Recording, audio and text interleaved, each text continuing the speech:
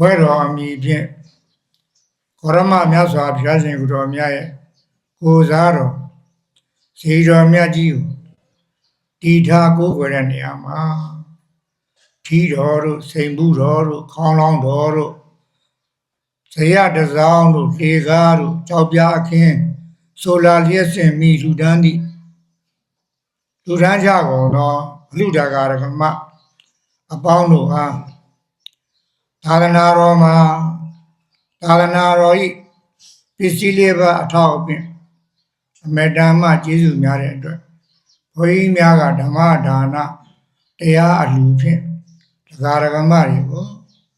သစ္စာနဲ့လျော်ကန်တင့်မြတ်တဲ့သစ္စာလေးပါးတရားကိုအခြေခံပြီးတကားလားစတ္တမှာကျွေးပြမယ်မစတ္တရင်ကျွေးပမယ်ဆိုတဲ့တရားကောင်းစဉ်လေးတက်ပြီးတကားလားသစ္စာတရားတွေကိုဟောကြားနာကြမှာဖြစ်ပါတယ်စတ္တမှာကျွေးပြမယ်မစတ္တရင်အားလုံးပြောတာ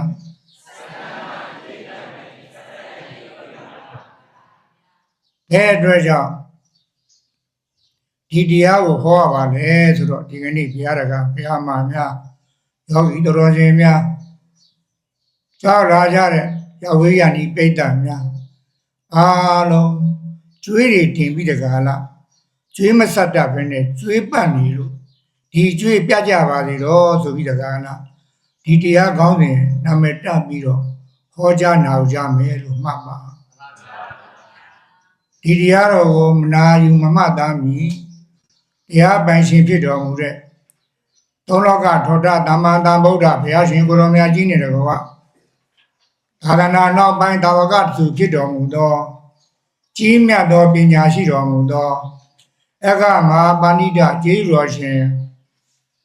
မိုးကုတ်ဆရာတော်ဘုရားကြီးရဲ့တီလကုံတမာရီကုံပညာကုံဝိမု ക്തി ကုံဝိမု ക്തി ညာနာဒသနာကုံတော်တွေကိုအာယုံပြုပြီးတော့ညီညီညာညာရှစ်ခိုးပူဇော်ကြောကြရအောင်အရှင်ဘုရားဒီတော်တို့သည်ဝိဇ္ဇာနှင့်တရားအမောင်ချ၍မဟာဘုံမန္တေနံပါမေမြေဘုဒ္ဓဇေနောဉာဏ်သာအရှိညာသောခက်ခဲနေလာသောခိစ္စသမုပ္ပါရာတော်မြတ်ကြီးကိုကိုယ်တိုင်လည်းကျင့်ကိုယ်တိုင်သိ၍ကိုယ်တိုင်များစွာအတ္တဝါပေါင်းတို့ဟာဒုက္ခတွေတွေသံဃာဝိဝေမဥစ္စာစေယူတည်တော်မူသောဘုရားရှင်ကိုရောမြတ်ကြီးနဲ့တကားဝါသာသနာနောက်ပိုင်းဘာဂတသုဖြစ်တော်မူသောကြီးမြတ်သောပညာရှိတော်မူသောသက္ကမဗန္တိတခြေရုံတော်ရှင်ဘောဂုတ်ဆရာတော်ဘုရားကြီးဣမာယအာနု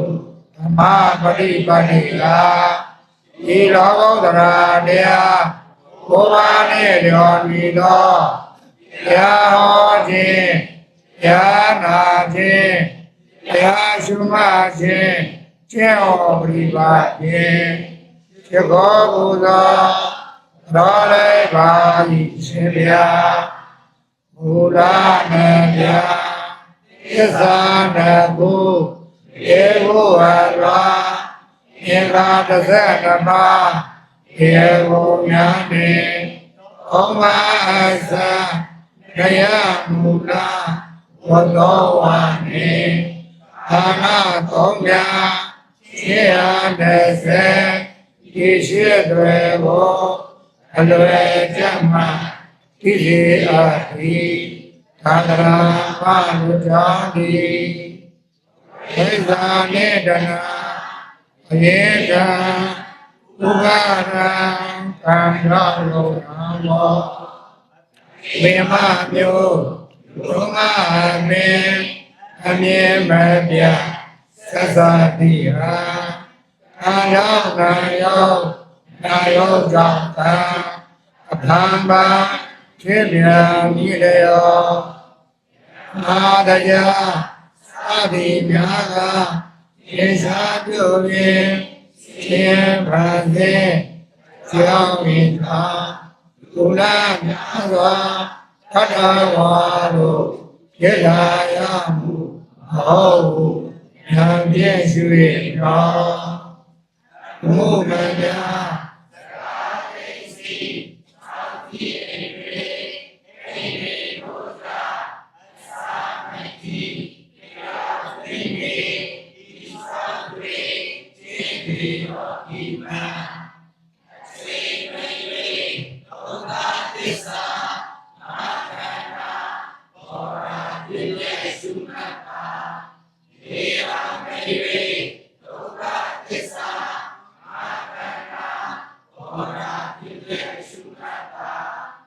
ဒီမေဒုက္ခသစ္စာအခန္ဓာဘောရာဖြစ်ဖြစ်ရှုမှတ်ပါလောက်မေဒုက္ခသစ္စာအခန္ဓာ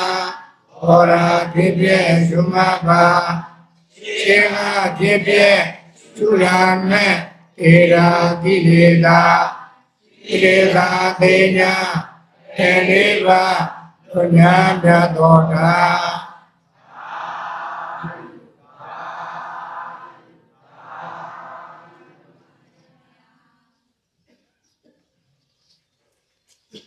သစ္စာနဲ့လျော်ကံတင့်မြတ်မှန်ကန်သောတရားတော်တရားကောင်းစဉ်လေးနာမည်တပ်ပေးတာစတ္တမှာမစတ္တရင်အဲ့ဒီတရားကောင်းစဉ်လေးနဲ့နာမည်တပ်ပြီးတကလားဒီကနေ့သာသနာတော်မှာကျေးဇူးကြီးမားကြတဲ့ကျောင်းကံဖရာသီရိများနဲ့တကဝအားလုံးကုန်သောရှင်မိပန်းနန္တာထူထမ်းကြတဲ့ဒကာဒကာမတွေဒီကနေ့ကျွေးမွေးထူထမ်းကြတဲ့အာဟာရဒါနကုသိုလ်ရှင်တွေအားလုံးဒီကျွေးဟာဒီဘဝမှာနောက်ဆုံးထားပြီးတော့ပြတ်ကြပါစေတော့ဆိုတဲ့စရဏမေတ္တာထားပြီးတကလားဟောကြားတဲ့တရားလို့မှတ်ပါတရားကောင်းစဉ်ကနာမည်ပါတယ်လေ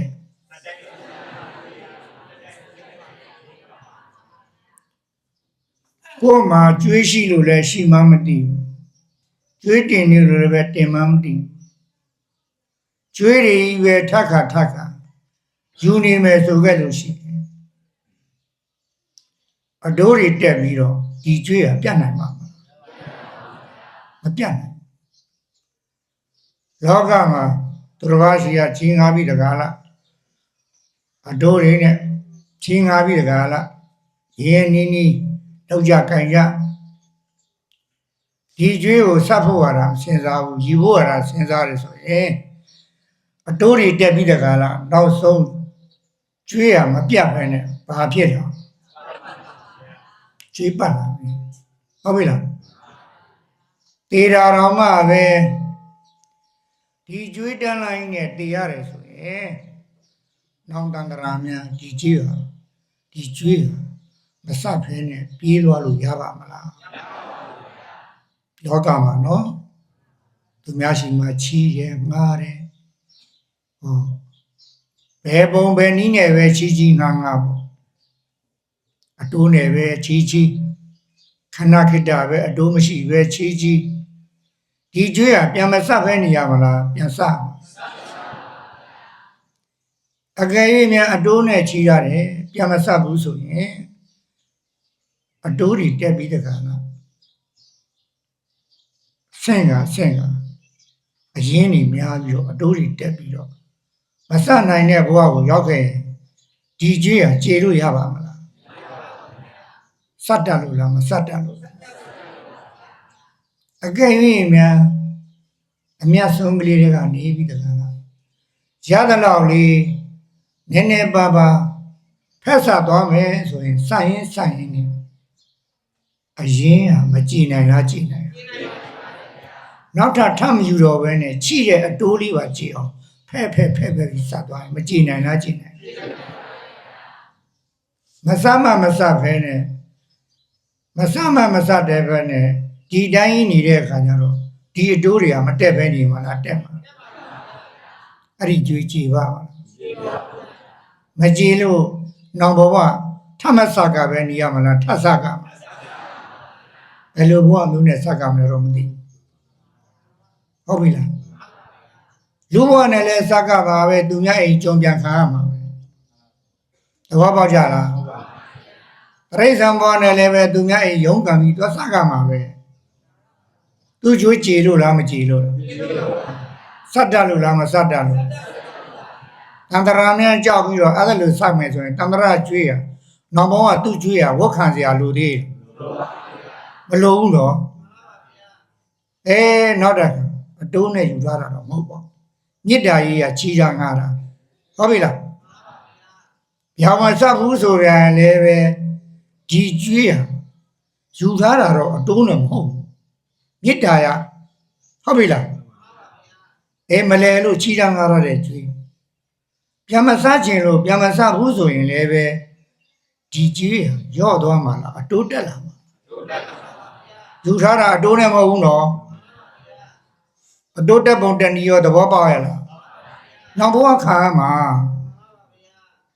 ဟုတ်ပြီလားအဲ့ဒါကြောင့်မို့လို့ဒါကဥပမာလေးပါလောကမှာလည်းပဲဒီတိုင်းပါပဲသူများရှိရချီတာငါထားပြီးရင်သူများရှိရအတိုးတွေနဲ့ယူထားပြီးရင်ကျွေးစမဲ့တောင်းဟာယူထားတဲ့ပုဂ္ဂိုလ်ရဲ့တောင်းမဟုတ်လားဟုတ်လားမစတတ်ရင်စတ္တမှာအတ္တိဥပမာလေးပေးပြီးတကလားအခုကျေးဇူးကြီးမားလာတဲ့သာသနာဒါယကာရကမတွေနှလုံးသားတွေကိုလွယ်လေးနဲ့ကျွေးဆက်တတ်တဲ့ပညာရအောင်လို့ဒီတရားကိုဟောတယ်ဆိုတော့မှတ်ပါကို့မှာဘာကျွေးတွေတင်နေလို့တင်နေမှမသိပြန်လည်းပဲဒီကျွေးဟာဆက်တဲ့ရှိကိုရောက်ပါမလားကျွေးတွေကတော့တင်နေတယ်တို့တင်နေမှမသိဟုတ်ပြီလားမသိရင်လည်းပဲဆက်လို့ရပါမလား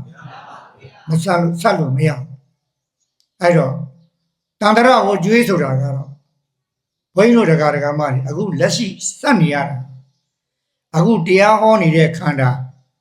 အခုအလှရှင်အလှမာတွေရဲ့ခန္ဓာအခြားလားကျွေးယူလို့ရတဲ့ခန္ဓာလား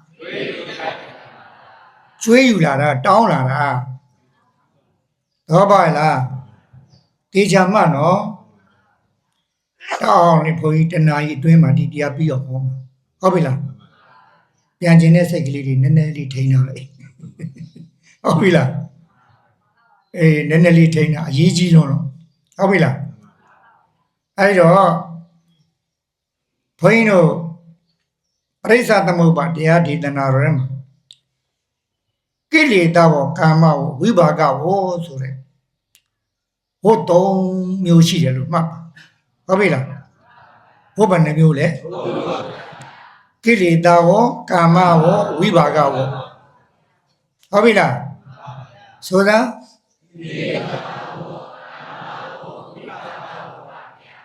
ပရိစ္ဆသမုပ္ပါ1နံပါတ်အကွက်မှာပြထားတယ်ဟုတ်ပြီလားကိလေသာဘော3ပါးတဲ့ဟုတ်ပြီလားကိလေသာဘောဘယ်နှပါးလဲအဝိဇ္ဇာတဏှာဥပါဒဆိုတာ1နံပါတ်ကနေပြီးတခါလားအဝိဇ္ဇာဆိုပြီးတော့3နံပါတ်ကိုမှင်နီလေးတန်းပြီးတော့မပြထားလားပြထားလားအဲ့ဒီမှင်နီလေးတန်းတဲ့အတိုင်းအဝိဇ္ဇာကနေစဆိုခဲ့လို့ရှိရင်အဝိဇ္ဇာတဏှာဥပါဒ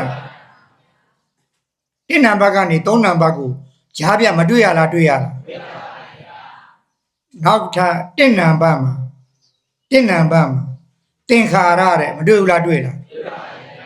အဲ့ဒီ1နံပါတ်ကသင်္ခါရနဲ့3နံပါတ်ကကာမဘဝဆိုတာမဆက်ထားလားဆက်ထားလားအေးစာအုပ်လေးတွေပြီးရတာမနေ့ပြန်တော့မှာဟုတ်ပြီလား ဒီညနေတော့ပြေးခြင်းတဲ့ပုဂ္ဂိုလ်ပြေးခြင်းနေသဘောပေါက်လားဩဒီနေရာဒီဒေသကိုရောက်လာတာဒီတရားမျိုးနဲ့မှတို့မတွေ့တို့ဒီကျွေးပတ်ပြီးတကလားကျွေးတန်တရာကြီးလေပြီးတကလားတို့စရတော့မယ်ဆိုတာယောဂီတို့မှတ်ပါအလူရှင်အလူမတွေမှတ်ပါအလူရှင်အလူမတွေတကားတကားမတွေကကျွေးတာယူနေတာစပ်ဖို့ကတော့မတတ်ဘူးသဘောပေါက်လားမတတ်ရင်ကျွေးမစတတ်ရင်ဒီကြမှာအဲ့ဒီကျွေးတွေတင်ပြီးတကားလားတန်တရာမှာဇောက်ထိုးမျိုးမျောကြပြောင်းကြပြန်နေဖြစ်ပြီးတကားလားအပယ်ကြခဲ့လို့ရှင်ဒီအထုတကားတကားမတွေသာသနာ့တွင်မှာသူကတန်းချိုးမနှက်ဘူးဟုတ်ပြီလားသာသနာ့တွင်မှာယဟန်ဝေရချိုးမနှက်ဘူးတော့ပါရဲ့လားအဲ့ဒါလို့ဘုန်းကြီးများကတကားတကားမတွေကိုသိသိချင်းနဲ့ရှင်းရှင်းကင်းကင်းဟုတ်ပြီလားတကားတကားမတွေကတော့ဘုရားတကားကျောင်းတကားဟန်းတကားတွေလုပ်ပြီးတကားလားထမေချောင်းစီမောင်းတီးလှူလိုက်တော့ဘလောက်ပဲကုံကုံလှူနိုင်တယ်နော်လှူနိုင်ရင်လှူနိုင်냐တော့လဲပဲတပည့်တော်တို့ဒီယကနေ့ဓမ္မပါဠဓမ္မရာဇာ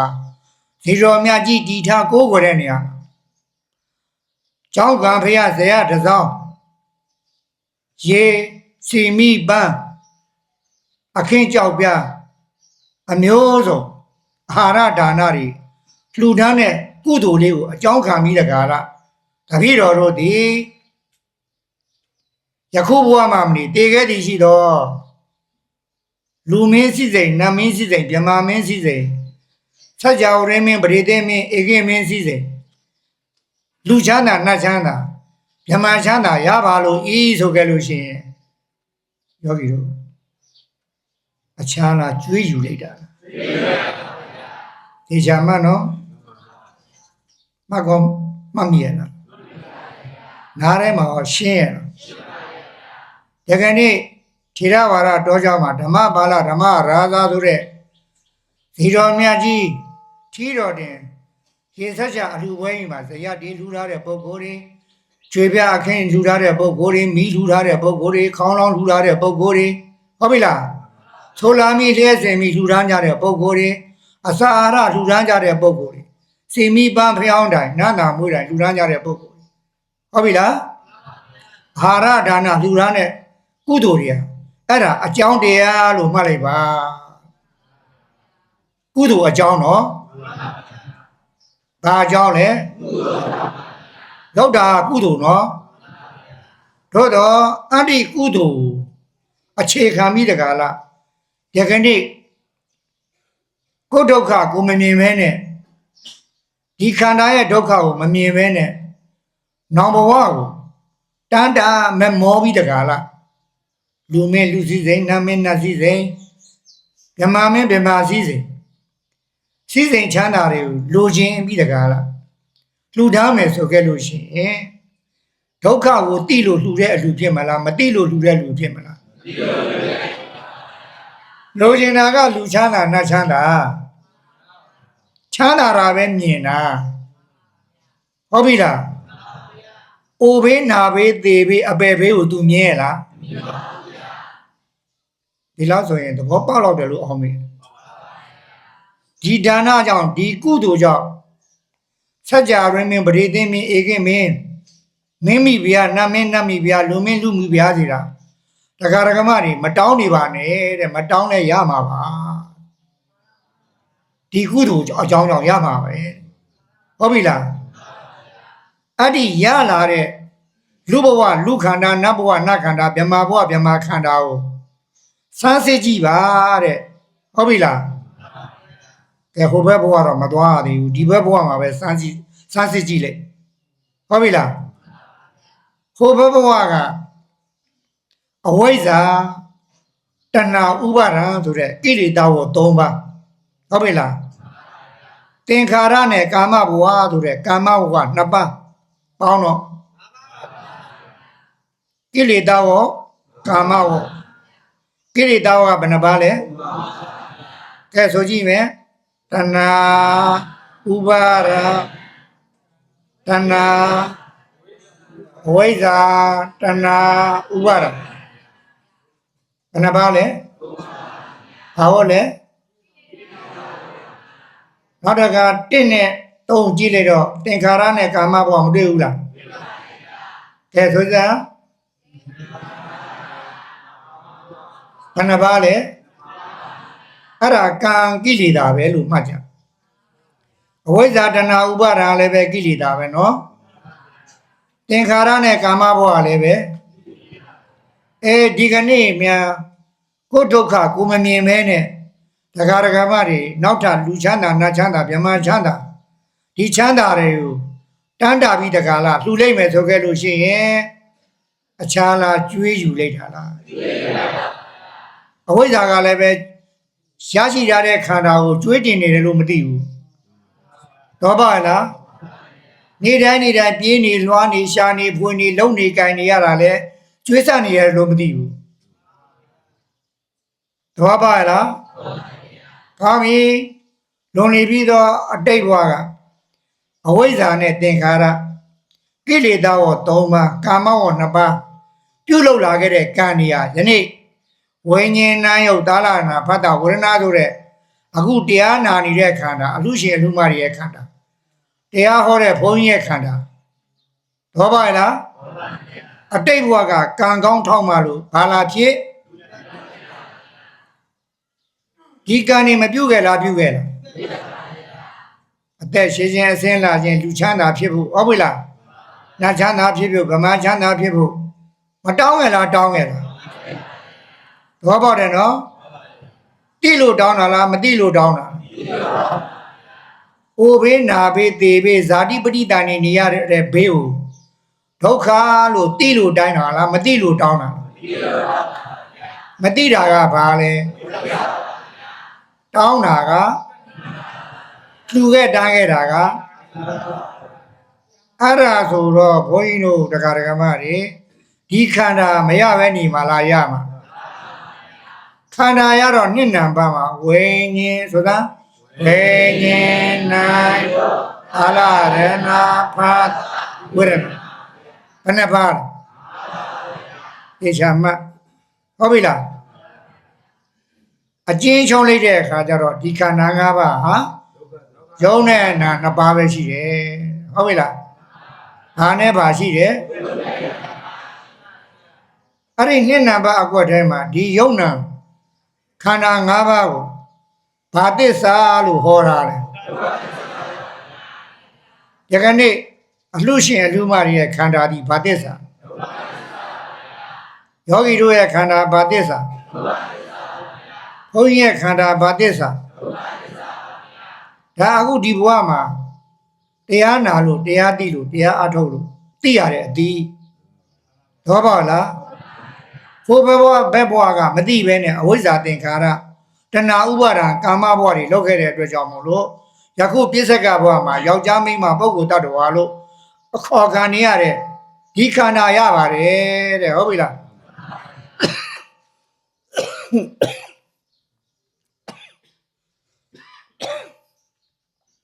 အဲ့တော့ဒီခန္ဓာဘဝရဲ့အစကြည့်လိုက်စမ်းဟုတ်ပြီလားအခြားအစတာလားဇာတိအစတာလားဇာတိဆိုတာချမ်းသာသလားဒုက္ခရောက်နေတာလားအမိပိုက်ထဲမှာဒါနေတိုင်းပြောခဲ့တယ်ဟုတ်ပြီလားဒီကနေ့ထပ်ပြောတာကအလှရှင်နေရှိလို့ထပ်ပြောတယ်ဒီမို့ဆိုရင်ဒီတရားမှမသိရင်နောင်ဘဝဒါကြောင့်ဟိုဟာတောင်းတရားတောင်းအောင်မှာဟုတ်ပြီလားရောင်းစားဘဝဘရောမှရမှာမဟုတ်တဘောပေါလားတောင်းလို့ရလိုက်ခံလိုက်တောင်းလို့ရလိုက်ခံလိုက်အိုလိုက်နားလိုက်သေးလိုက်ငရဲကြလိုက်ပတ်ချလဲနေတာနော်သန္တရာမလဲနေလားလဲနေလားပရိစ္ဆာသမုပ္ပါမလဲနေလားလဲနေလားလဲနေတယ်ဟုတ်ပြီလားဟာကိုစัจ java ရင်းမင်းပဲဖြစ်ဖြစ်ပရိသေမင်းဖြစ်ဖြစ်ဧကိမင်းပဲဖြစ်ဖြစ်ဒီခန္ဓာကျွေးကြီးကနေတိုင်းမစနေရလားစနေရဒီကျွေးဘသူယူခဲ့တာပြောဟုတ်ပြီလားအလကားယူလာတာမဟုတ်ဘူးပတ်စံပေးပြီးတော့တောင်းယူလာတာအခုလိုပဲဖះလေးတဲလေးကြောင်းလေးဆောင်းလိုက်ရဟန်းတကားလေးလှုပ်လိုက်ဖះတကားလေးလှုပ်လိုက်ဟုတ်ပြီလားနည်းနည်းများများစေတနာရှိလို့လှူလိုက်တန်းလိုက်ဗ ဘာဖြစ်လို့လူနေကြတာလဲဟေးလူမိတဲ့အခါကျတော့ချမ်းသာတာလူချင်းလို့ဘာဖြစ်လို့လူနေကြလဲချမ်းသာတာလူချင်းလို့ဘယ်ချမ်းသာလဲလို့မေးတော့လူချမ်းသာနတ်ချမ်းသာဓမ္မချမ်းသာဟုတ်ပြီလားရှိစိမ်ချမ်းသာတွေလူချင်းတယ်လေတော့ပါရဲ့လားတိလို့လူချင်းတာလားမတိလို့လူချင်းတာမတိတာကဘာလဲလူချင်းတာကဘာလဲလူချင်းလို့လှူတာတန်းတာကဘာလဲကိလေသာဝ3ပါးနဲ့ကာမဝ2ပါးဟုတ်ပြီလား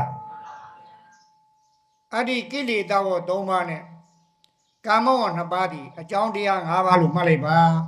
ဘာအကြောင်းတရားလဲဆိုရင်ခန္ဓာဖြစ်ကြောင်းတရားဘာအကြောင်းတရားလဲဇာတိပဋိသန္ဓေနေရခြင်းအကြောင်းတရားဟုတ်ပြီလားဆရာအိုးရခြင်းအကြောင်းတရားဗျာတိအနာနှိစ္စခံခြင်းအကြောင်းတရားမရဏသေရခြင်းအကြောင်းတရားဟုတ်ပြီလားဒါဖြင့်ဇာတိပရိသန္တိနေရတယ်အိုးရတယ်နားရတယ်သေရတယ်ဆိုတာအခြားရထားတာလားဝုတ်ခံနေရတာလားကဲယခုဘဝမှာတော့ဘုန်းကြီးတို့ဒါခန္ဓာ၅ပါးဝုတ်ခံဖို့လို့ရတာပြီဘာခံဖို့ရတာလဲတယောက်တည်းရှိတော့ကလည်းတယောက်တည်းဝတ်ခံရတာပဲကိုယ့်အတွက်ဟုတ်ပြီလားတယောက်တည်းနေခဲ့စဉ်ခါတော့တယောက်တည်းဝတ်မခံရလားခံရလားတယောက်တည်းမနေခြင်းတော့နောက်တယောက်ထပ်ရှာတော့2ယောက်ဝတ်မခံရလားခံရလားအဲ့ဒီ2ယောက်ကနေပြီးတော့သားတို့သမီးတို့ဘာတို့ညာတို့ဆိုတော့ခန္ဓာတွေကမများလာလားများလာလားခန္ဓာများလေဝတ်တရားကနားထဲမှာရောက်ကြရအောင်ခန္ဓာတွေများလာလေဝတ်တရားကလည်းပဲတော့ပါလားအဲ့တော့တယောက်တည်းတော့ကတော့တခန္ဓာတယောက်တည်းမနေနိုင်တော့ဟောတဏှာလောဘနှိုးစော်ပဲလေတော့နောက်တစ်ခါရှာတယ်ဒါရင်မကသေးဘူးနောက်ခန္ဓာတွေကလာအောင်ဟုတ်ပြီလားအဲ့ဒီကနေဘာတွေဖြစ်လာလဲဆိုတော့လင်းဝတရား5ပါးတို့မယဝတရား5ပါးတို့သာသမီဝတရား5ပါးတို့ဟာလာလိုက်တာဘ누구တွေခံနေရလဲမခံရင်လို့ရှောင်သွားလို့မစပဲနေရမှာလားစမှာဘ누구ယူလာတဲ့ကျွေးလဲတော့ပါလားလိမ္မာလို့ယူလာလားမိုက်လို့ယူလာတာလားဟုတ်ပြီလားဒီတရားနာကိုလူမိုက်မှန်းသိသွားတော့တော့ပါပြီလားနောက်များထမိုက်ကြအောင်မလားကိုပစ္စည်းနဲ့ကိုဒုက္ခရှာကိုပစ္စာနဲ့ကိုဒုက္ခကိုရှာတာသူများလာပြီးတာမဟုတ်ဘူးတော့ပါတယ်နော်ကိလေသာကို3ပါးထပ်ဆိုသား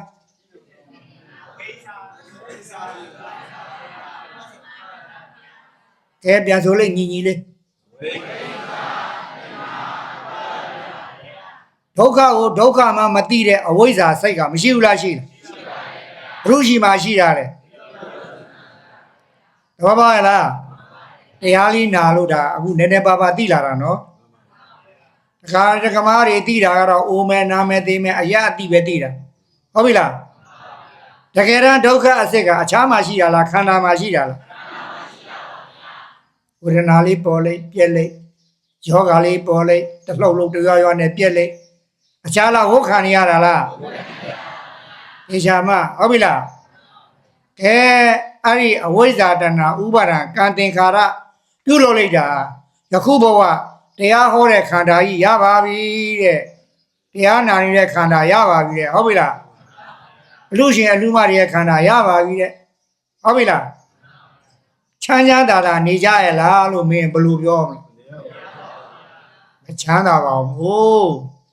ပစ္စည်းတာဘလောက်ပဲရဘလောက်ပဲပေါ်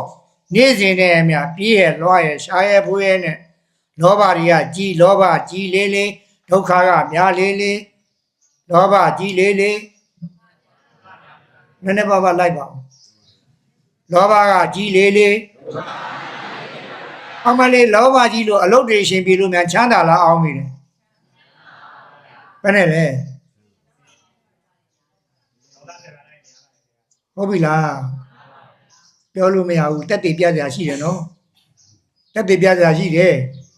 ဟုတ်ပြီလားနေပြည်တော်တို့မန္တလေးတို့လက်ညှိုးထိုးရတယ်တွေ့မယ်သဘောပေါက်ကြရဲ့လားအဲ့ဒီလိုဘေးတွေအန္တရာယ်တွေနဲ့တိုးရပါလို့ဤလိုဘ누구ကဆူတောင်းပြီးတော့လူလာလို့လဲလို့တရားမှတောင်းတဲ့လူလည်းမပါဘုန်းကြီးလည်းမတောင်းဟုတ်ပြီလားအခုစိတ်ဆင်းရဲကိုယ်ဆင်းရဲတွေနဲ့တွေ့ကြပြီတခါတည်းမှဒီပြီးရနှောင်းရဲ့ကြိတ်မိတ်ပြီးတော့ရှာနေတာဟုတ်ပြီလားဘုန်းကြီးတို့ကတော့ကိုလည်းပဲကိုအပြစ်တွေကိုမြင်ပြီးတော့စိတ်ဆင်းရဲရတယ်ဟုတ်ပြီလားဆင်းရဲတာတွေမြင်တော့ဆင်းရဲရတာပေါ့အဲ့ဒါဒကာမတွေပြီးရနှောင်းရဲ့ရှာရဲ့ဖူရဲ့နဲ့တချီတဲ့ပြေးနေလွှမ်းနေရတာစိတ်ချမ်းသာနဲ့ရှားတာလားတထိတ်တလန်းနဲ့ရှားတာလားပြေးရလွှားရဲ့ဒုက္ခဟုတ်ပြီလားရှားဖူရတဲ့ဒုက္ခတွေဟုတ်ပြီလားဘေးတွေအန္တရာယ်တွေထဲမှာဟုတ်ပြီလား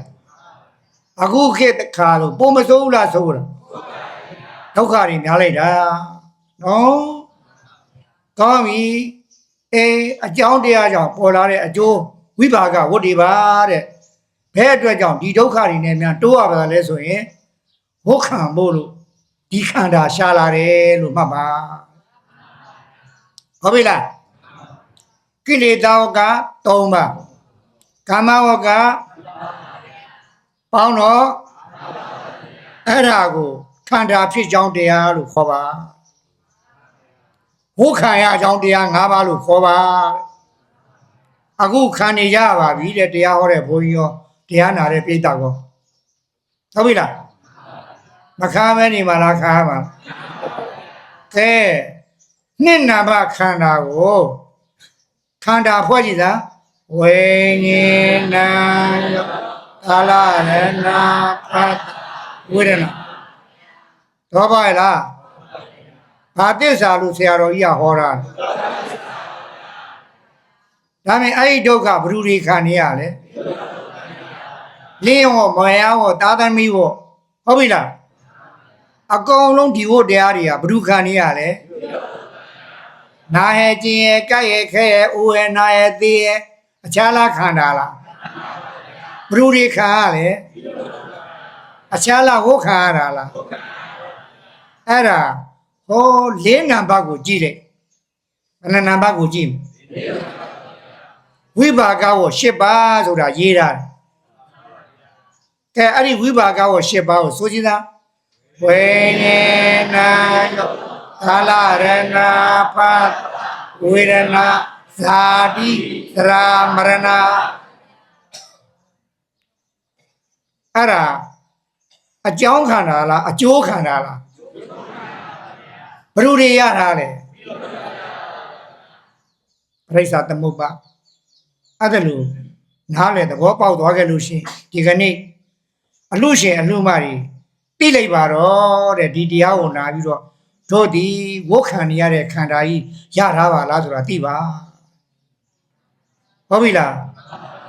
အကယ်၍များနောက်ထပ်ပြီးတကလားမိုက်ကန်းလောက်ကြအောင်မယ်ဆိုရင်တော့တပည့်တော်တို့ဓမ္မပါဠဓမ္မရာဇာသိတော်မြတ်ကြီးထီတော်တင်ပွဲမှာဟုတ်ပြီလားစိန်မှုတော်တို့ထီတော်တို့စသဖြင့်ဇေယျတစောင်းကြောက်ပြအခဲစတဲ့ဖြင့်ဒီလိုထူထားတဲ့ဒါနကုသိုလ်တွေလျက်စင်မိဆိုလာမိထူထားတဲ့ဒါနကုသိုလ်တွေဒါတွေအကြောင်းခံပြီးတကလားနောက်ခန္ဓာများတောင်းလိုက်မယ်ဆိုရင်လူလိမ္မာလူလို့ခေါ်မှာလူမိုက်လူလို့ခေါ်မှာကိုဘာကိုတရားနာခိုင်းတာနော်ဘုန်းကြီးကလူမိုက်လို့ပြောတာဟုတ်ဟုတ်ပြီလားလူလိမ္မာလူလို့ပြောမလားလူမိုက်လူလို့ပြောမလားကျွေးဆက်တဲ့အလူလို့ပြောမလားကျွေးထက်တောင်းတဲ့အလူလို့ပြောမလားကြေပါမလားဒီအရင်အတိုးမတက်ဖဲနေပါလားတက်မှာနောင်တန်တရာကျွေးမပတ်ဖဲနေမှာလားပတ်မှာတရားကောင်းစဉ်နာမည်တက်ပြီးတာပါတယ်လေ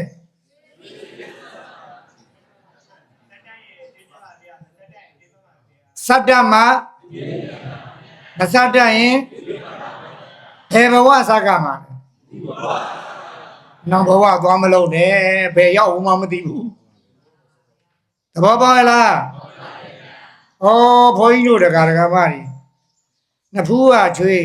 ချီမကြောင်စာရှာပြီးတခါလားတစ်ချိန်တခါအောပြီးတော့ပုံချပြီးလှူလိုက်တဲ့ဒီလူကြီးကအမျက်ဆုံးအလှူဖြစ်စေခြင်းနဲ့ရထားတဲ့ကျွေးကိုပြတ်စေခြင်းယူထားတဲ့ကျွေးကိုတတ်စေခြင်းဒီဘဝမှာပဲဒီကျွေးပြတ်သွားခဲ့လို့ရှိရင်မအေးဘူးလားအခုတော့လင်းဝတရားတွေရောမရဝတရားတွေရောချစ်လိမ်မုန်းလိမ်တဆူဆူတောင်းမခံရလားခံရလားဒီသားဒီသမီးတွေနဲ့ဟုတ်ပြီလားအဲ့ဒါဘုရုမိုက်ပြည့်လေသားသမီးမိုက်ပြည့်လားကိုမိုက်ပြည့်လားအဲ့ဒါကိုသိဖို့အရေးကြီးတယ်လို့နင်တို့ကြောင့်ငါစိတ်ဆင်းရတယ်ဆိုတာသွားမလုံးနဲ့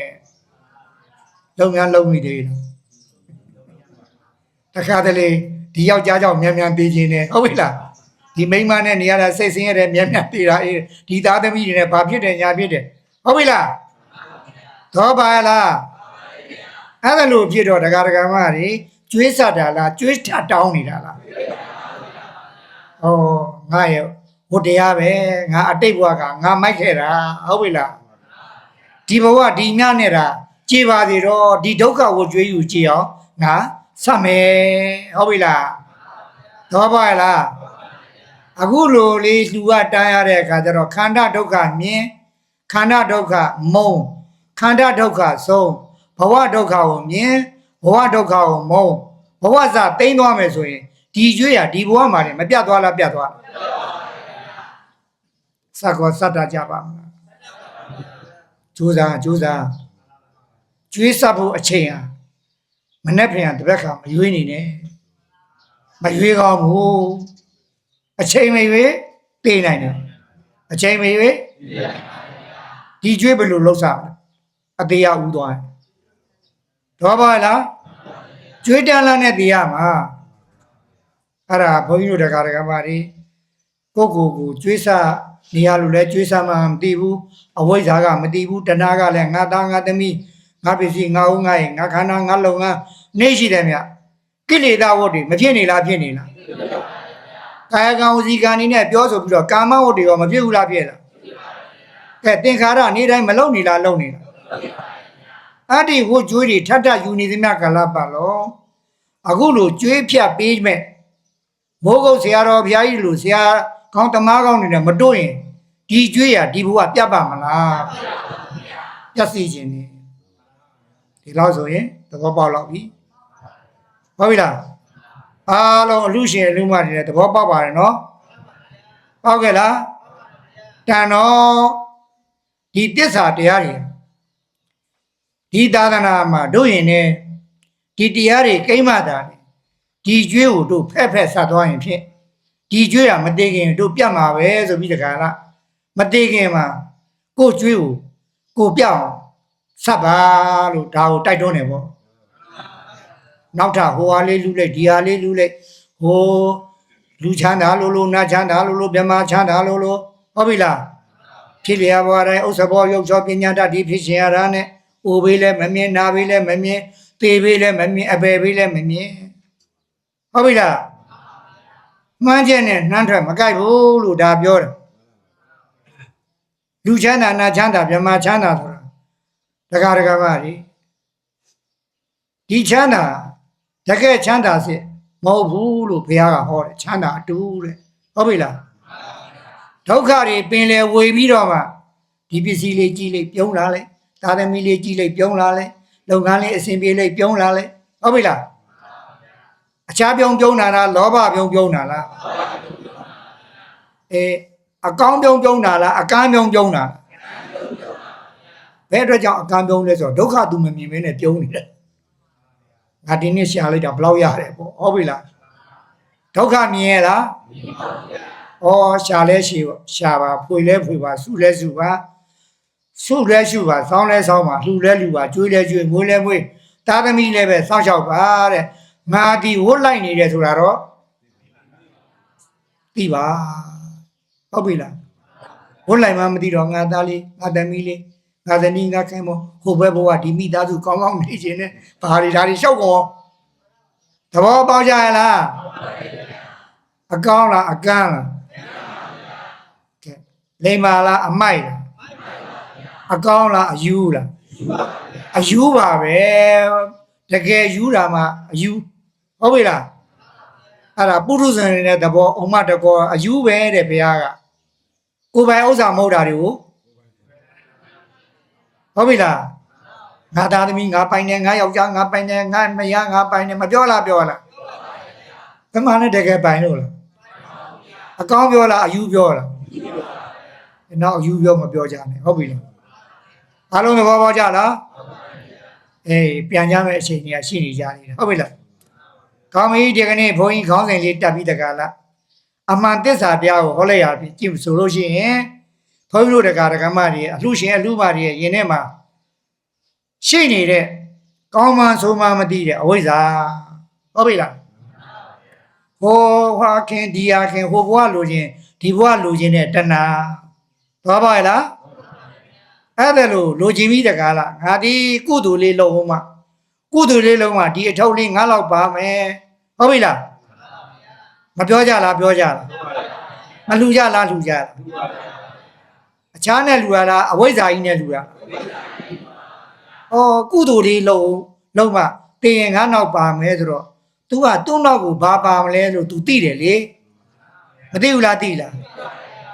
ဒီဒါနကြောင့်ငါဘိုးဘွားပွားကြရင်ပစ္စည်းချမ်းသာမယ် तू သိတယ်လေလူချမ်းသာနတ်ချမ်းသာတွေဖြစ်မယ် तू မသိဘူးလားသိလားမှန်တယ်အဲ့ဒါလည်းပဲရပါလိမ့်မယ်တဲ့ဟုတ်ပြီလားအဲ့ဒါလို့လူချမ်းသာနတ်ချမ်းသာဗြဟ္မာချမ်းသာတွေရလာတဲ့အခါကျတော့လူဒုက္ခနတ်ဒုက္ခဗြဟ္မာဒုက္ခမရှိဘူးလားရှိလားနတ်ပြည်တဲ့ဒုက္ခရှိတာပဲနတ်ချမ်းသာဆိုပြီးဟုတ်ပြီလားလူပြည်လည်းပဲမရှိဘူးလားရှိလားဒုက္ခတွေပင်လေဝေလို့ဟုတ်ပြီလားအဲ့ဒါလေးကိုတိလိုက်တဲ့အခါကျတော့လူခန္ဓာနတ်ခန္ဓာဗြဟ္မာခန္ဓာမလူကျင်တော့ဟုတ်ပြီလားမသိတော့လူကျင်တော့ပြုလုပ်တော့ရရှိတော့အခုခံရပြီမခံနေရလားခံနေရလားကိုဒုက္ခကိုမြင်ရလားမမြင်နေရင်ဘုန်းကြီးဟောတဲ့တရားလေးအိမ်ကျစဉ်းစားပြီးတော့စဉ်းစားပြီးတော့ကြိတ်ပြီးတော့တွေးခုပါဟုတ်ပြီလားကိုသားတွေသမီးတွေလင်းနေမယားတွေနဲ့ကိုရထားတဲ့ခန္ဓာနဲ့ငါဘာတွေလုပ်နေတယ်လဲဟုတ်ပြီလားငါအခုရှာနေဖွေးနေရတာအများအတွက်ကောငါအတွက်ကောစားဖို့တောက်ဖို့အခြားအတွက်ရှာနေရတာဒီခန္ဓာအတွက်ရှာနေရတာအဲ့ဒါမသိပဲနဲ့မသိကြိုးကြုံကြီးပြုပြီးတကလားရှာဖွေနေရတာဒီခန္ဓာကတဖြည်းဖြည်းနဲ့အိုမင်းရင့်ရော်လာခဏစံတွေလည်းဖြူမျက်စိတွေလည်းမွဲဟုတ်ပြီလားခါးတွေလည်းကိုက်နားတွေလည်းထိုင်သွားတွေလည်းဟိုရိုင်းဒီရိုင်းခြေထောက်ကလည်းပဲဘယ်လှမ်းရင်ညာသွားရင်ဘယ်သွားရိမ့်ရိုင်းပြီးတကားလားမပြည့်စည်လားပြည့်စည်လားပြည့်စည်ပါဗျာအဲ့ဒီဝိညာဉ်နာရောက်တာလာနာဖတ်တာဝေဒနာယောက်ျားကောင်မိန်းမကောင်လူကောင်နတ်ကောင်လို့ခေါ်နေရတဲ့ဒီခန္ဓာကိုကြည့်လေပရိစ္ဆာသမုပ္ပါ၄နံပါတ်အကွက်ထဲမှာကြည့်လေဘာသစ္စာပြနှစ်နံပါတ်အကွက်ထဲကြည့်တော့ဘာသစ္စာပြနှစ်နံပါတ်အကွက်ကအနာဂတ်လားပြစ္ဆုတ်ပံခန္ဓာလည်းပဲဘာသစ္စာအနာဂတ်၄နံပါတ်ခန္ဓာလည်းပဲဘာသစ္စာအဲ့ဒါလေးကြည့်ပြီးတော့ငါဒီနောင်ဘဝအတွက်တောင်းနေအောင်မယ်ဆိုရင်တော့ကျိတ်ဒီငါတော့ဒုက္ခရောက်အောင်မှာပဲဆိုတာပရိစ္ဆာသမုပ္ပါကပြတာရှင်းရလားအခုခန္ဓာ၅ပါးလည်းပဲဘာသစ္စာလဲဘုရားကဟောတာဒီကကုသိုလ်တွေလုပ်လို့နောင်ခန္ဓာဖြစ်မှာလည်းဘာသစ္စာလဲတခါကုသိုလ်မလုပ်နိုင်လို့အကုသိုလ်လုပ်တော့လည်းပဲနောင်ခန္ဓာဘာသစ္စာလဲကုသိုလ်ကြောင့်လည်းပဲဘာသစ္စာရ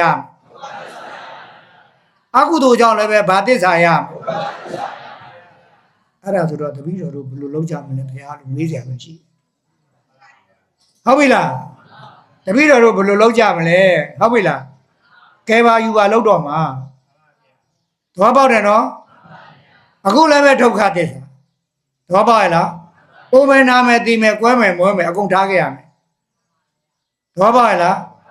တခါကုသိုလ်လေးလုပ်လို့နောင်ခန္ဓာဖြစ်ပြတော့လေ၄နံပါတ်မှာဘာသစ္စာပြဝိညာဉ်နာယုတ်တာလနာဖတ်တာကိုရနာဇာတိဇရာမရဏဝိပါကဘောဘယ်နှပါးပြဘာသစ္စာဒီမှာလဲဒုက္ခနောင်ရရင်လဲဒုက္ခဆိုတော့ယောဂီတို့ရှေ့တိုးလဲပဲ ဒကမာကြီးတို့ပြောရှေ့တိုးလဲပဲရှေ့မတိုးခြင်းလို့နောက်ဆုတ်တော့လဲပဲလဲပိန်ကျိတ်မှန်းတဘာပါလားတို့ဒီကားဆိုခဲ့လို့ရှိရင်ခုတ်ဘိုးပေါ်မှာတဘိုးတုံးတက်ပြီးတော့ဝန်ယုံနေနဲ့နွားနဲ့တူတယ်ဆိုတာမှတ်ပါရှေ့တိုးလဲနောက်ဆုံးလဲတဘိုးတုံးပြီးနေတော့လည်းပဲဒုက္ခလားဒုက္ခလဲပိန်ကြိုက်တော့လဲဒုက္ခလားဒုက္ခဘာနဲ့တိုးမလဲဒုက္ခနဲ့ဘာနဲ့တိုးမလဲအခုလည်းပဲဒီမှာဒုက္ခရောက်နေကိုဘက်ဘဝကမတိဘဲနဲ့ကုသိုလ်တွေလုပ်ခဲ့လို့ဟုတ်ပြီလားအခုဘဝမှာမတိဘဲနဲ့အခုလိုပဲဖရာတဲเจ้าသောဘာညာလောက်ပြန်လဲနောက်ဘဝဟောပါဟုတ်ပြီလား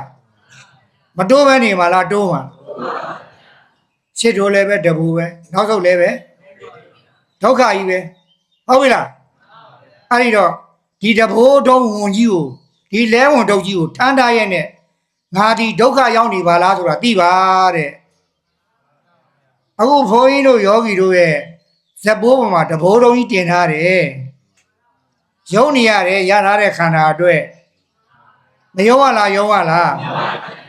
ဘုန်းကြီးတို့တက္ကမကြီးကဒီလောက်ပြောတာတော့သိကျင်မှသိမှာတော်သေးတာပေါ့အဲ့ဒါဆိုပြောရရုံနဲ့နေအလူရှင်တွေသိရလားသိထားဟုတ်ပြီလားအဲ့တော့ကြည့်မယ်ဆိုတော့အခုလည်းပဲဒီမှာ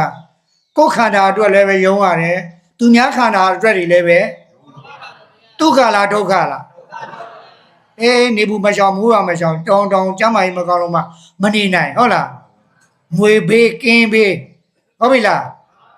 ရေမင်းခိုးသူမချစ်မနဲ့တော်သူဟုတ်ပြီလားဒီဘေးတွေနဲ့ရင်မဆိုင်နေရလားရင်ဆိုင်နေရလားအဲ့ဒါလေးတွေကြည်ပြီးတကားလားငါတို့ဒီကားဆိုခဲ့လို့ရှိရင်ရထားတဲ့ခန္ဓာကိုယ်ကလည်းပဲဒုက္ခသစ္စာလင်းဝတရားမရဝတရားသားသမီးဝတရားတွေအတိတ်အကြောင်းကြောင့်ငါဒီကျွေးတွေစနေရပါလားလို့သိလိုက်ပါတဲ့တော့ပါလားကျွေးစနေရတာကဘာသစ္စာကျွေးစနေရပါလားလို့သိတာကဘာသစ္စာတေးကြီးချာချာမှတ်စမ်းမှာတန်ဖိုးရှိလုံးလုံးဟုတ်ပြီလားလင့်ကျွေးမယားကျွေးသားသမီးကျွေးညီကောင်မကျွေးရှိသမျှကျွေးခန္ဓာကျွေးသူများခန္ဓာကျွေးကိုယ်ခန္ဓာကျွေးစနေရတာဘာသစ္စာသဘောပေါက်ရလားငါဒီကျွေးစနေရပါလားအတိတ်ကကိလေသာရောကာမရောဒီဝတ်တရားတွေပြုလုပ်ခဲ့လို့ဒီဘဝမှာငါဒီဝတ်တွေခံရပါလားလို့သိတာကဘာသစ္စာတော်တော်တန်ဖိုးရှိသွားပြီဒီအလူရှင်ဒီလိုသိရင်တော့သိကြရလားသေချာမှတ်ပါဟုတ်ပြီလားအဲ့ဒါလို့သိလိုက်တဲ့အခါကျတော့တပည့်တော်တို့ဒီကနေ့ဓမ္မပါဠဓမ္မရာဇာစီတော်မြတ်ကြီးကိုတီထားကိုးကွယ်တဲ့နေရာမှာစိန်ဘူးလူရတဲ့ကုသိုလ်တွေကြီးတော်လူရတဲ့ကုသိုလ်တွေဇေဒီဘုရားကြီးပြီးမြောက်ရွှေသင်္ကန်းကတ်ထားတာတွေမရှိလားရှိ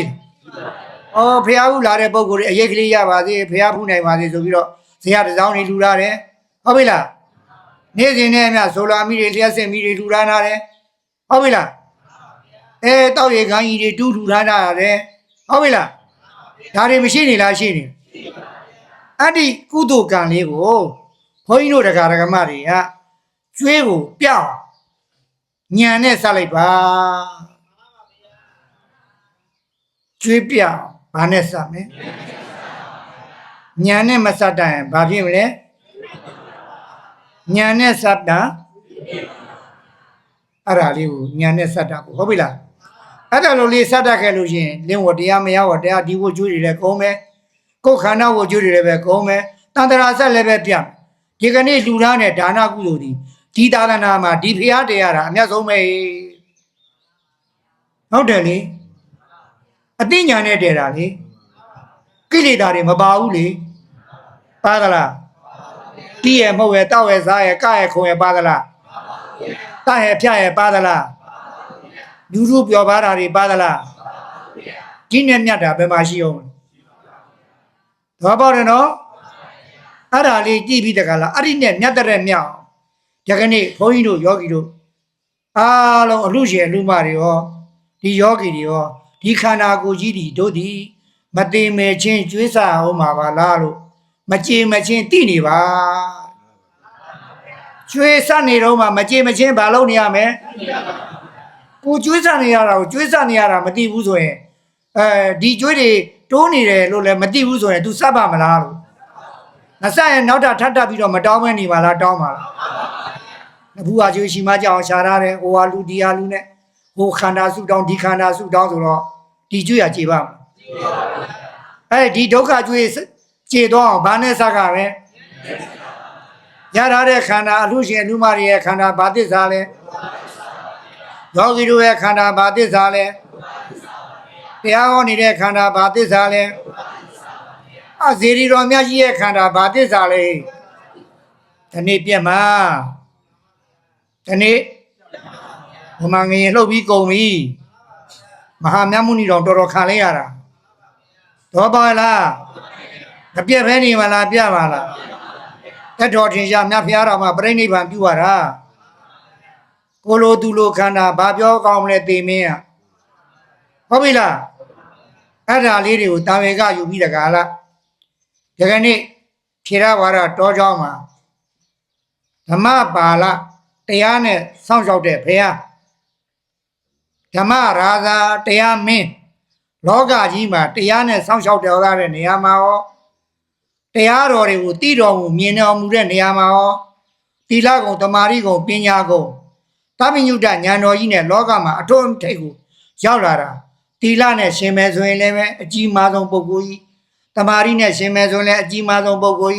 ကြီးပညာနဲ့ရှင်မယ်ဆိုရင်လည်းဘယ်လူဘယ်နာဘယ်မှာမှဘုရားရှင်ကိုယ်တော်မြတ်လောက်ဉာဏ်မကြီးကျယ်ဘူးသဗ္ဗညုတဉာဏ်တော်ကြီးအတုမရှိဘူးအနှိုင်းမဲ့တဲ့ဉာဏ်တော်အဲ့ဒီဉာဏ်တော်ကြီးနဲ့ဒီသစ္စာတရားတွေကိုဟောခဲ့တာကိုဒီသာသနာမှာဒီလိုသစ္စာတရားတွေမှာနားတဲ့မဝင်ဘူးယင်နဲ့မသိဘူးဆိုခဲ့လို့ရှိရင်ရှေ့ဆက်ပြီးတကားလားဒီသာသနာမှာကျွေးတောင်းကြအောင်မှာတည်စားတယ်ကျွေးတောင်းရင်ကျွေးရမှာကျွေးစားမှာသွားပါပြီနော်အဲ့တော့ကျွေးစားနေရတာကိုဘာလို့သိရမလဲလင်းဝတရားမယဝတရားသာသမီဝတရားခန္ဓာဝတရားတွေကိုစနေရတာဘာသစ္စာလို့သိရမလဲစနေရတာကဘာသစ္စာလဲစနေရတာကဘာသစ္စာလဲစနေရပါလားလို့သိတာကဘာသစ္စာလဲဟောလင်းဝတရားတွေမယဝတရားတွေဒုက္ခနားလိုက်တာတော်ပြီဒီဘဝဒီခန္ဓာနောက်ဆုံးရှိတယ်တော့ဆိုပြီးတကားလားယောဂီတို့ကျွေးလေးများဆက်လိုက်မယ်ဆိုခဲ့လို့ရှိရင်ဒီဘဝမပြတ်နိုင်မယ်နေမှာလားပြတ်မှာလားအဲ့ဒီကျွေးဆက်တတ်ဖို့ဟာအရင်ကြည့်လားကြီးလားအဲ့တော့ယောဂီတို့ရထားတဲ့ခန္ဓာကိုယ်ကဒီတိုင်းနေမဲ့ခန္ဓာလားသိမဲ့ခန္ဓာလားအခြားလားဒုက္ခတရားလားဒီကနေနောက်ဘဝထပ်မွေးအောင်လို့ဆိုရင်လည်းဘာဒုက္ခနဲ့တို့မလဲဘာဒုက္ခလဲဇာတိပဋိဒါနေတရားတဲ့ဒုက္ခဘာဒုက္ခလဲနောက်တစ်ခါဇာတိပဋိဒါနေနေဒီခန္ဓာမရပဲနေမလားရမလားသာပြီးတော့ဇာတိဇရာဗျာတိမရဏမလာပဲနေမလားလာမလားအဲ့ဒီလိုလာမယ်ဆိုရင်ဒီဘဝမှာလဲဒုက္ခနောက်ဘဝလဲနောက်၄နံပါတ်နောက်ဘဝဆိုတာသွားပြီလားရောက်ကြပြီလားနောက်၄နံပါတ်ကအနာဂတ်မို့လားနောက်၄နံပါတ်ခန္ဓာရပြီလားအခုဘယ်နံပါတ်မှာရထားတာလဲကာလအပြင်ပြောတော့ပြစ္ဆုတ်ပံကာလအခုတရားဟောနေတဲ့ကာလတရားနာနေတဲ့ကာလဒီဘဝမှာရင်ကုတ်ဒုက္ခကိုမြင်ပြီးတကားလားဒုက္ခတွေမုန်းပြီးတကားလားဒုက္ခဆုံးဟာနိဗ္ဗာန်ကိုအာယုံပြုပြီးတကားလားထီတော်တင်လူကြတယ်စိန်ဘူးတော်လူကြတယ်ဇေယျတစ်ချောင်းတွေစောက်ကြတယ်အာဟာရဒါနတွေလုပ်ကြတယ်လျှက်စင်ပြီးဆိုလာမိတွေလူတာတန်းကြတယ်တောက်ရေခန်းတွေတူလူကြတယ်ဟုတ်ပြီလားဇေဒီဖျားတွေတီထားကိုယ်ွယ်ကြတယ်သင်္ကန်းတော်တွေလူတန်းကြတယ်ဘာပဲလူဒုက္ခငြိမ်းအောင်လှူခဲ့လို့ရှိရင်တော့ကျွေးစတတ်တဲ့အလူလို့မှတ်ပါအဲ့ဒီလိုကျွေးစတတ်ရင်ဒီဘဝမှာနေပြတ်သွားနိုင်တယ်ဒီဘဝမှာမပြတ်လို့လည်းမပူနဲ့တဲ့ဒုက္ခကိုမြင်ပြီးတကားလားလှူတဲ့တန်းတဲ့အတွက်ကြောင့်မလို့နောက်ဘဝခန္ဓာကို तू မလိုချင်ဘူးတဲ့အကယ်၍တန်တရာဆက်ရသည်ရှိတော့တဲ့အပေမကြဘူးတဲ့အားလုံးသဘောပေါက်ပြီနော်ကဲဒီလောက်ဆိုရင်တော်ကြအောင်ဟုတ်ပြီလားရထားတဲ့ခန္ဓာကဘာသစ္စာ ဒုက္ခပဲလို့သိတာကဘာသစ္စာဒုက္ခမှသိတော့လူကျင်တဲ့စိတ်ဖြစ်ပါမလားလူကျင်တဲ့စိတ်မဖြစ်တော့ဘယ်သစ္စာတည်တယ်လဲသမုဒယသစ္စာတင်နောင်ဒုက္ခလာအောင်မလားနောင်ဒုက္ခငြိမ်းတာကဘာသစ္စာနိဗ္ဗာန်ဟုတ်ပြီလားယခနေ့အားလုံးယောဂီသူတော်စင်တွေရောအလှရှင်အလှမတွေအကုန်လုံးဟုတ်ပြီလားဒုက္ခသစ္စာပိုင်းခြားသိတဲ့ညာဒုက္ခချုပ်ကြောင်းនិရောဓသစ္စာသမုဒယသစ္စာကိုဒုက္ခသစ္စာကိုပိုင်းခြားသိတဲ့ညာဒုက္ခချုပ်ကြောင်းသမုဒယသစ္စာကိုပိုင်းခြားသိတဲ့ညာဒုက္ခချုပ်ငြိမ်းတဲ့နိဗ္ဗာန်ချမ်းသာនិရောဓသစ္စာကိုပိုင်းခြားသိတဲ့ညာမသိခင်မှာကိုယ်စည်းကိုယ်ကတရားနာရင်တရားရှုမှတ်ကြရင်လူရင်းတန်းနေပဲဝိပဿနာဉာဏ်မဲ့ဉာဏ်တို့ဖြင့်တွေ့မြင်ဆက်ရောက်မျက်မှောက်ပြုနိုင်ကြပါစေကုန်တည်း